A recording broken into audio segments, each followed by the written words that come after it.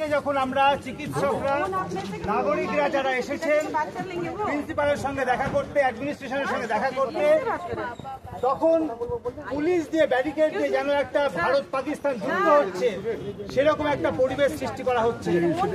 আসলে এই যে পরিবেশটা, এই পরিবেশটাই কিন্তু এই ধর্ষণ সংস্কৃতি তৈরি করছে। যখন কলেজের বাইরে রাস্তাঘাটে আজকে মেয়েদের কোনো নিরাপত্তা নেই। রাত্রির 8টার সময় যদি কোনো মেয়ে বেরোতে না পারে, মাননীয় মুখ্যমন্ত্রী বলছেন রাত 12টায় কেন বেরিয়েছে? তাহলে আমরা কোন রাজ্যে বাস করছি যেখানে মেয়েরা বাইরে বেরিয়ে তার কর্মক্ষেত্রে যেতে পারবে না, দোকানে যেতে পারবে না, রাস্তায় যেতে পারবে না?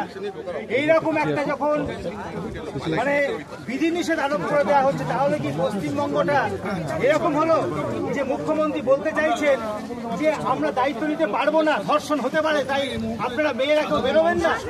এইরকম একটা অবস্থা। আমরা দেখা করতে এসেছি প্রিন্সিপালের সঙ্গে, দেখুন আজকে পুরো ব্যারিকেড দিয়ে আটকে দেওয়া হচ্ছে। এই নিরাপত্তা রক্ষীরা কোথায় ছিলেন?